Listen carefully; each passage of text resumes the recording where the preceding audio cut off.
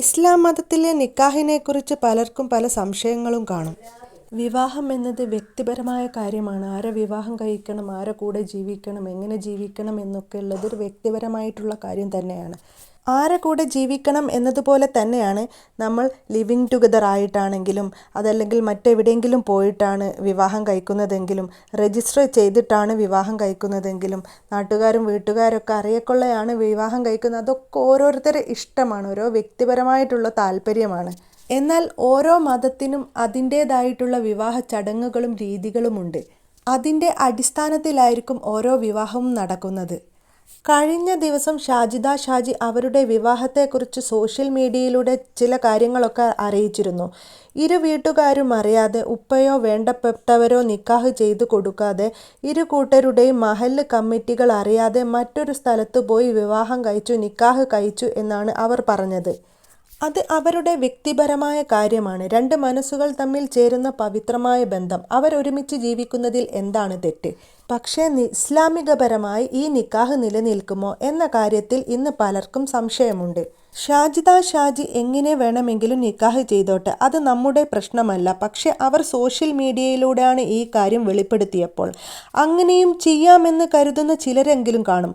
അവർക്ക് വേണ്ടിയിട്ടാണ് ഈ വീഡിയോ. വീട്ടുകാരറിയാതെ വിവാഹം കഴിക്കാൻ ആഗ്രഹമുള്ളവർ കാണും.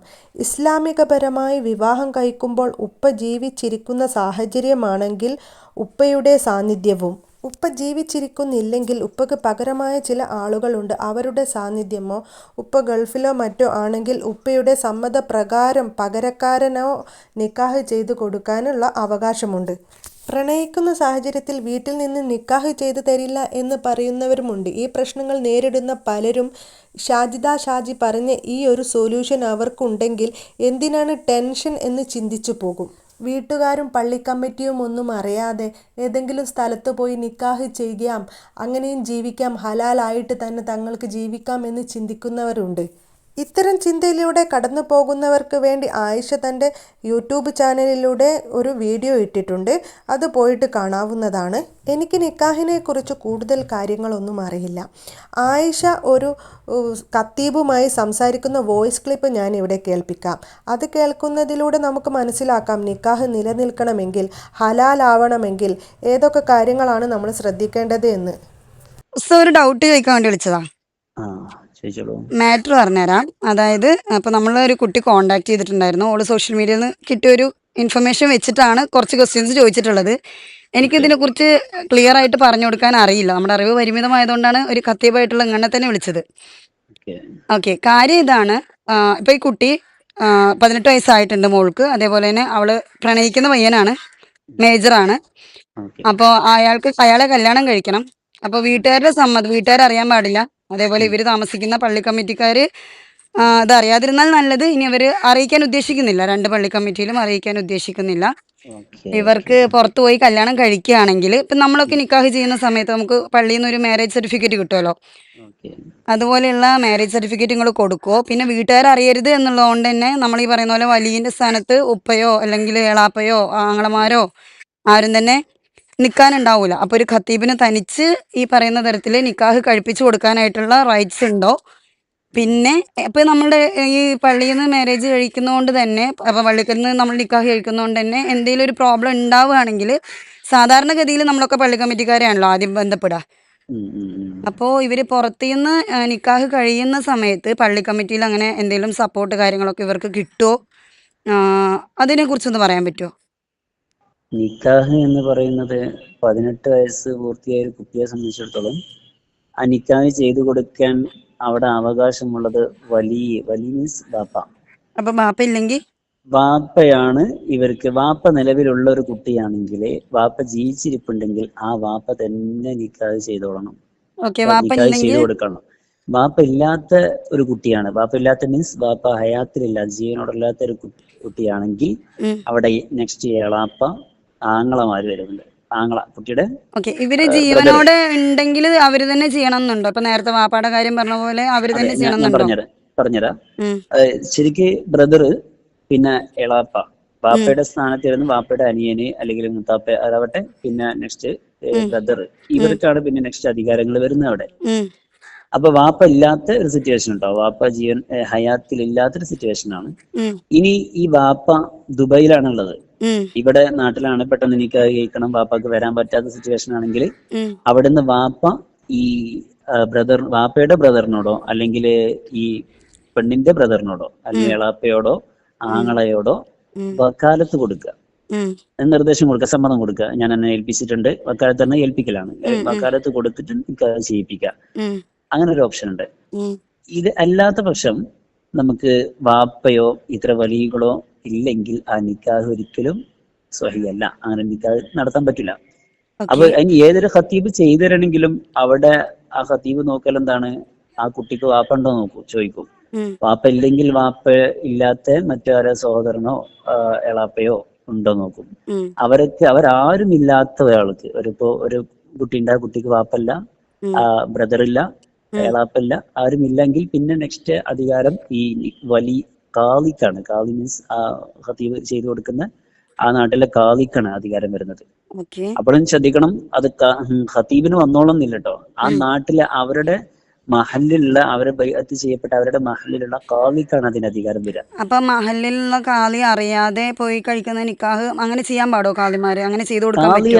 കാളി അറിയാതെ നിക്കാഹ് ചെയ്യാൻ പറ്റും, അതിന് പ്രശ്നമില്ല.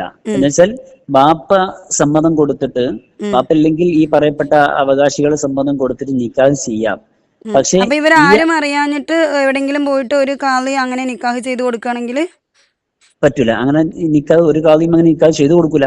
കാരണം എന്താണെന്ന് വെച്ചാല് ഈ പറയപ്പെട്ട മൂന്നാളുകള് ഇതിലിപ്പോ പ്രശ്നം എന്താണെന്നറിയോ? ആക്ച്വലി ഞാനിത് ക്വസ്റ്റ്യൻ ചോദിക്കാനുള്ള റീസൺ എന്താ അറിയോ? അത് യൂട്യൂബിനകത്ത് ഒരു കുട്ടി വന്നിട്ട് ആളുടെ ലൈഫ് സ്റ്റോറി പറയുന്നതിന്റെ കൂട്ടത്തിൽ ആള് പറഞ്ഞൊരു കാര്യം, ഞാൻ നമ്മുടെ 2 പള്ളി മഹലിലും അറിയിക്കാതെ എൻ്റെ ഫാമിലിയിലുള്ളവരത്തൊന്നും അനുവാദം ഒന്നും ചോദിക്കാതെ എവിടെയോ പോയ സമയത്ത് അവർക്ക് നിക്കാഹ് ചെയ്തു കൊടുത്തു എന്നാണ്. ഇതുകൊണ്ടാണ് ഇപ്പൊ ഈ ഒരു ക്വസ്റ്റ്യൻ എന്റെ അടുത്ത് വന്നത്. അതായത് അങ്ങനെ ഒരു നിക്കാഹ് പോസിബിൾ ആണോ എന്നുള്ളതാണ് ക്വസ്റ്റ്യൻ. നിക്കാഹ് ഒരിക്കലും പോസിബിൾ അല്ല. കാരണം എന്താ വെച്ചാല് നമ്മൾ 2 മഹലും അറിഞ്ഞോളണം. ഇപ്പൊ ഈ ഒരു കുട്ടിയെ കല്യാണം കഴിക്കുന്നത് 2 മഹലും അറിഞ്ഞോളണമെന്നില്ല, വാപ്പുണ്ടെങ്കിൽ. കാരണം അവിടെ നിക്കാഹ് ചെയ്ത് കൊടുക്കാൻ അധികാരം വാപ്പാക്ക് ഉണ്ടായത് കൊണ്ട് അത് ഏതൊരു സ്ഥാനം വെച്ചിട്ടും നിക്കാഹ് ചെയ്ത് കൊടുക്കാവുന്നതാണ്.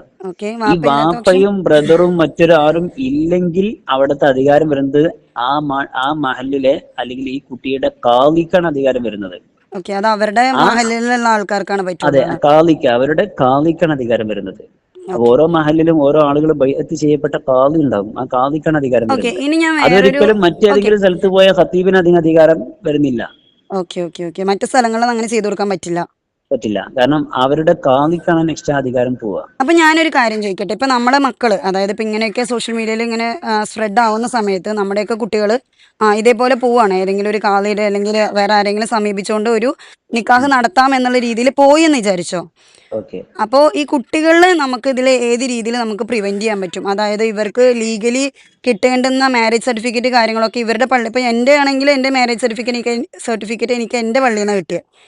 അപ്പോൾ ഇവരുടെ ഇത്തരത്തിലുള്ള മാരേജ് സർട്ടിഫിക്കറ്റ് ഒക്കെ അവിടുത്തെ കാളി, അതായത് വിത്തൗട്ട് എനി നോട്ടീസ്, അതായത് ഇവിടുത്തെ മഹലിനെയോ മറ്റുള്ള ഭർത്താവിന്റെ വീട്ടിലെ മഹലിനെയോ ഒന്നും അറിയിക്കാതെ അവിടെ നിന്ന് അത്തരത്തിലൊരു മാരേജ് സർട്ടിഫിക്കറ്റ് ഈ കാളിക്ക് കൊടുക്കാൻ പറ്റുമോ?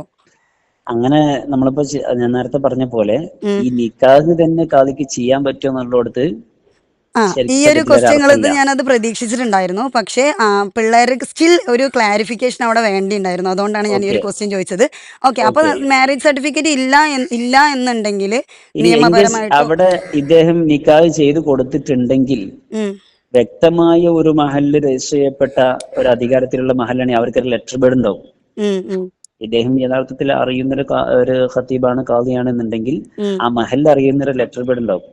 ആ ലെറ്റർ ബേഡിൽ ഇത് കുറിച്ചു വെച്ചിട്ടുണ്ടെങ്കിൽ ഈ പറയപ്പെട്ട പോലെ അതിന്റെ ഒരു നിയമവശം അതിൽ കിട്ടും. അപ്പൊ അത്തരത്തില് ഇവർക്ക് അങ്ങനെ അത് ഇപ്പൊ അതായത് ഇപ്പൊ ഞാൻ പത്തിരിപ്പാലയും ഹസ്ബൻഡ് പഴയലേക്കടിയും ഇവിടുത്തെ 2 ലെറ്റർ പാഡിൽ ഞങ്ങളുടെ മാരേജിന്റെ കാര്യങ്ങൾ കുറിച്ച് വെച്ചിട്ടുണ്ട്. ആൻഡ് മാരേജ് സർട്ടിഫിക്കറ്റ് എനിക്ക് കിട്ടിയിട്ടുണ്ട്. അപ്പോൾ ഇത് വേറെ എവിടെയെങ്കിലും ആണ് എന്നുണ്ടെങ്കിൽ പത്തിരിപ്പാലയിലുള്ള മഹലിലോ അതുപോലെ തന്നെ ലക്കിടിയിലുള്ള മഹലിലോ അറിയാതെ ഒരു മാരേജ് സർട്ടിഫിക്കറ്റ് അവർക്ക് കുറിക്കാൻ പറ്റുമോ? അത് നിങ്ങൾ അപ്പോഴും ക്വസ്റ്റ്യൻ വാലിഡ് ആണ്. നിക്കാഹ് പോസിബിൾ അല്ലെങ്കിൽ മാരേജ് സർട്ടിഫിക്കറ്റ് എങ്ങനെയാണ്? ഇനി സംഹൗ നിക്കാഹ് പോസിബിൾ ആയാൽ ഞാനൊരു കാര്യം ചോദിക്കട്ടെ, നിക്കാഹ് പോസിബിൾ ആയി കഴിഞ്ഞാൽ നമുക്ക് ഈ നിക്കാഹ് ചെയ്തു കൊടുക്കാൻ അധികാരമുള്ളവരുണ്ടെങ്കിൽ എവിടെ വെച്ചിട്ടും നമുക്ക് നിക്കാഹ് ചെയ്തു കൊടുക്കാം, അതിന് യാതൊരു പ്രശ്നവും. മാരേജ് സർട്ടിഫിക്കറ്റും കിട്ടും. പക്ഷേ ഈ അധികാരം എന്ന് പറയുന്നത് നിക്കാഹ് ചെയ്തു കൊടുക്കാൻ വാപ്പ അല്ലെങ്കിൽ നമ്മുടെ ഈ പറയപ്പെട്ട ആളുകള് അവകാശികള് ഇവരും ഇല്ല എന്നുണ്ടെങ്കിൽ അവിടെ ആ കാളിക്കാണ് അവകാശമുള്ളത്. അപ്പൊ അത് അതായത് അവരുടെ മഹലിലെ കാളിക്ക്. ഓക്കെ. അപ്പൊ കാളിക്കാണ് ഇനിയിപ്പോ നമ്മൾ അവകാശമുള്ളത്. പുറത്ത് പോകുന്ന സമയത്ത് ഒരു കാളി ഇവരുടെ മഹലിന്, ഇപ്പൊ എല്ലായിടത്തും ഉണ്ടാവുമല്ലോ കാളിമാര്, അപ്പോൾ അതെ ഈ അതെ. ഒരു കാളി ഇവരുടെ 2 മഹലിനെയും അറിയിക്കാൻ താല്പര്യപ്പെടാതെ അയാൾക്ക് അയാളുടെ സ്വന്തം ഇഷ്ടപ്രകാരം നിക്കാഹ് കഴിച്ചു കൊടുക്കാൻ പറ്റുമോ? പറ്റൂല. കാരണം എന്താ വെച്ചാല് ഉം. എന്തായാലും ഒരു കാളിയും അങ്ങനെ ചെയ്തു കൊടുക്കൂല. ഇതിനെ കുറിച്ച് അറിയുന്ന ഒരു കാളിയും അങ്ങനെ ചെയ്തു കൊടുക്കൂല. എന്ന് ഇൻ വെച്ചാൽ കേസ് ഒരാൾ ആദ്യം അങ്ങനെ ചെയ്തു കൊടുത്താൽ അവരുടെ നിക്കാഹ് വാലിഡ് ആവോ? അള്ളാന്റെ അടുത്തതിൽ വാലിഡ് ആവോ? അതാ ഞാൻ നേരത്തെ പറഞ്ഞു, നമ്മള് എവിടെയെങ്കിലും പോയിട്ട് രജിസ്റ്റർ ചെയ്തതിന് ഒരു പക്ഷേ ഏതെങ്കിലും ലെറ്റർ പേഡിൽ കുറിച്ച് വെച്ചാൽ അത് രജിസ്ട്രേഷൻ നിയമപരമായിട്ട് നമുക്ക് സപ്പോർട്ട് ചെയ്ത് കൊടുക്കാം.